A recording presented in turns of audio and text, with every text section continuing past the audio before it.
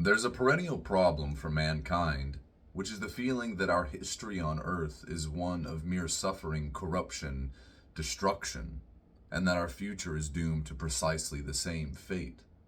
I speak to many people about the world, and it is an extremely rare few that have anything good to say at all. Many of my family, friends, and acquaintances have only endless problems to point out.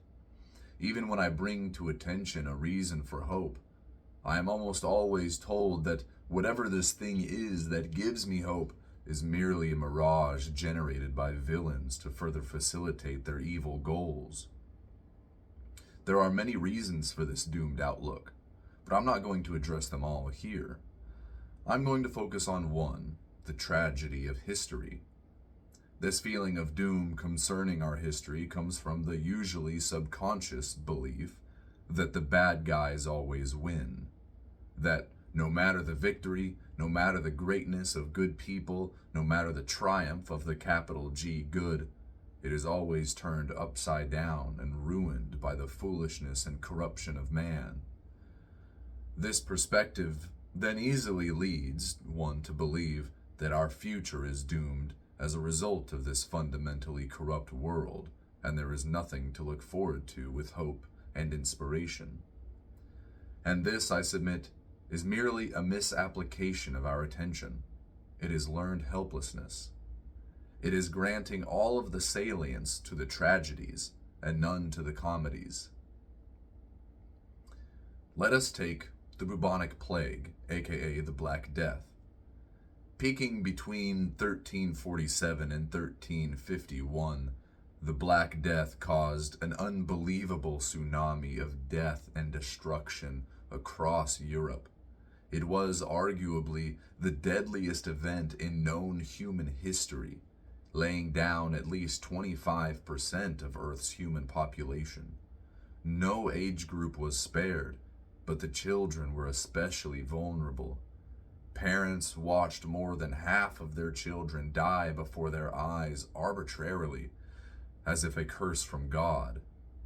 It wiped out entire regions, leaving towns empty, save only for ghosts of the dead. It is for these reasons that people of that time perceived it as the absolute end of the world. And it really was the end. The end of one world and the beginning of another. The Renaissance happened shortly after, and it simply wouldn't have happened without the Black Death. Those left alive by the plague, having seen unimaginable death and depravity, had a keen sense of both the preciousness of life and an urgency to live it to the fullest. It was these attitudes which spurred them on to create some of the most beautiful art, architecture, and music ever dreamed up by mankind. Of course, it's easily argued that there were some philosophical innovations that held negative consequences for the future, but there's always going to be a fly in the proverbial ointment. And this is the thing to realize. Anything good, in anything good, there's a potential for bad to grow out of it. And in anything bad, there's also a potential for good to grow out of it. The darkness of this can inspire a feeling of hopelessness, but we must be vigilant in understanding that we must seek the good despite the consequences. And when there is bad, to have hope that it can and will be turned to the good. We must also try to be the agents of that change if we are in a position to do so. Now, to give us more perspective on human history, I would like us to consider fiction stories. Some of the most riveting novels and films are tragedies. Think of Dostoevsky, or some of my favorite movies like Kingdom of Heaven or Amadeus. As a partially detached viewer, we can deeply appreciate these stories and even find them beautiful. We can then imbibe that perspective of the story that allows us to love it and perceive our own history and our own lives through that lens. In this way, I can think to myself that my life may very well be a tragedy. I could try to do something good and fail again and again and die having accomplished nothing, remaining invisible, a failure.